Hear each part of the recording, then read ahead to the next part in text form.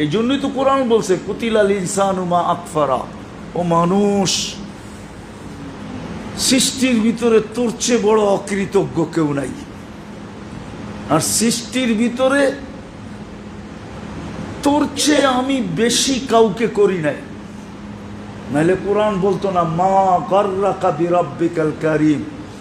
এই শব্দের ভিতরে এটা লুকানো আছে, মানুষ আমি আমার সব কিছু তোর জন্য বিলায়া দিছি, সব তোকে দিয়া দিছি, সব সব বিলায়া দিছি, সব তোকে দিয়া দিছি, সব তোর উপরে ঢেলা দিছি, সব মানুষ তোমার জন্য আমি ব্যয় করতেছি, সব তোমার জন্য খরচ হইতেছে।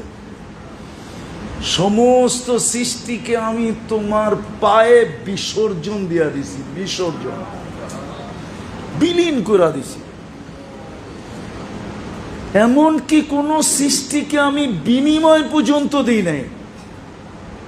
আমি কিন্তু সুবানীঘাট মাদ্রাসায় বৈশা বলতেছি, কোন সৃষ্টি বিনিময় পাবে না।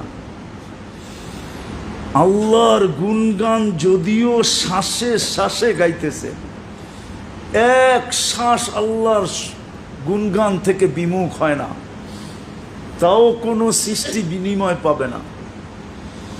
জিবরিল আলাইহিস সালাম প্রতি রমজানে আল্লাহর রসুলকে একবার পুরা কোরআন পড়া শোনাইতেন, আবার একবার নিজের কান দিয়া শুনতেন।